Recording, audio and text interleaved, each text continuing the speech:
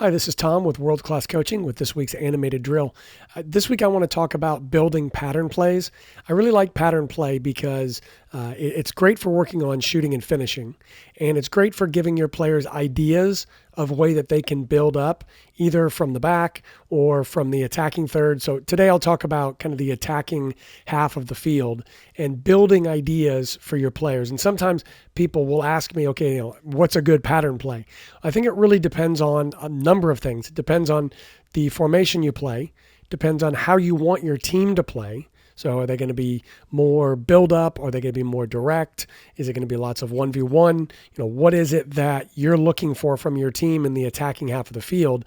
And then kind of building patterns that fit that. So what I've started with here is just a basic where we've got a defending player, call them a center back, got a center midfield player, either a wide defender or a wide midfielder, depending on how your formation's set up, and a forward. And we have this set up on each side of the field so that we can run this from both the right side and down the left side. Now, what you do from here is really up to you. I mean, you can put in any combination of passes and support movements that you want to do. So if you want to start out with a pass from the center back into the holding midfielder, for example. Now, after this pass, then we're going to have movements that are dictated by this pass. So perhaps then this center defender would pull off into the space here to support their pass. And then maybe the ball would be laid off to that player. We'll just have the ball laid back to the center back again for the center forward to then show into that space. So we'll move that center forward into the space in between. So we've got that diamond formation, which is something I like to, emphasize with my teams, is that diamond kind of supporting patterns. And so the ball's laid back, the forward checks in, and now let's say we have the ball played into that forward. And then when the ball's played into the forward, we want to have the outside back or the outside midfielder making that forward run to try to support the ball. So then the ball goes wide to that player on the outside. And what I want from here is I want people then thinking to get to the box. So I want this player dribbling to the end line.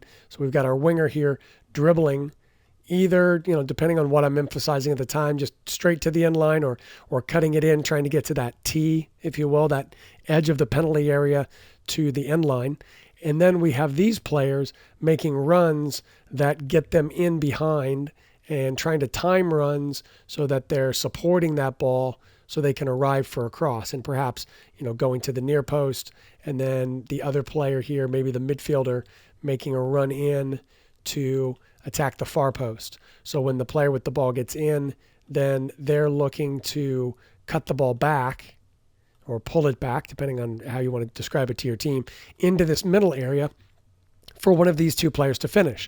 So here we've got just a really basic attacking passing pattern. So the ball's played in, back and through, or up, back and through, if you will, then is played wide to a player that drives to the end line.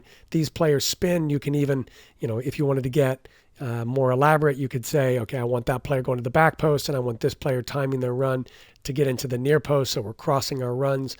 And then this ball is cut back in between the 6-yard box and the penalty spot, that hopefully somebody can get on the end of that in the end. So, and try to finish from there.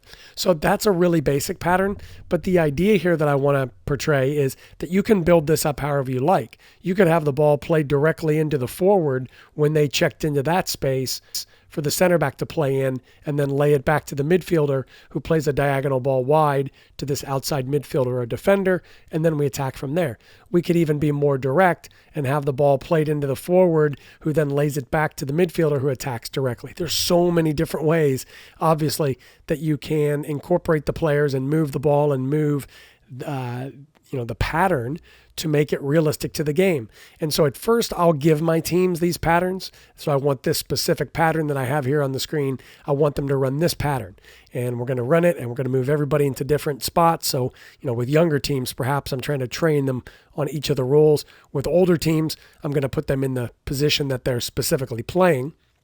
And we're going to run that to the right. We're going to run that to the left, give players the opportunity to get some repetitions, and then go to a new pattern.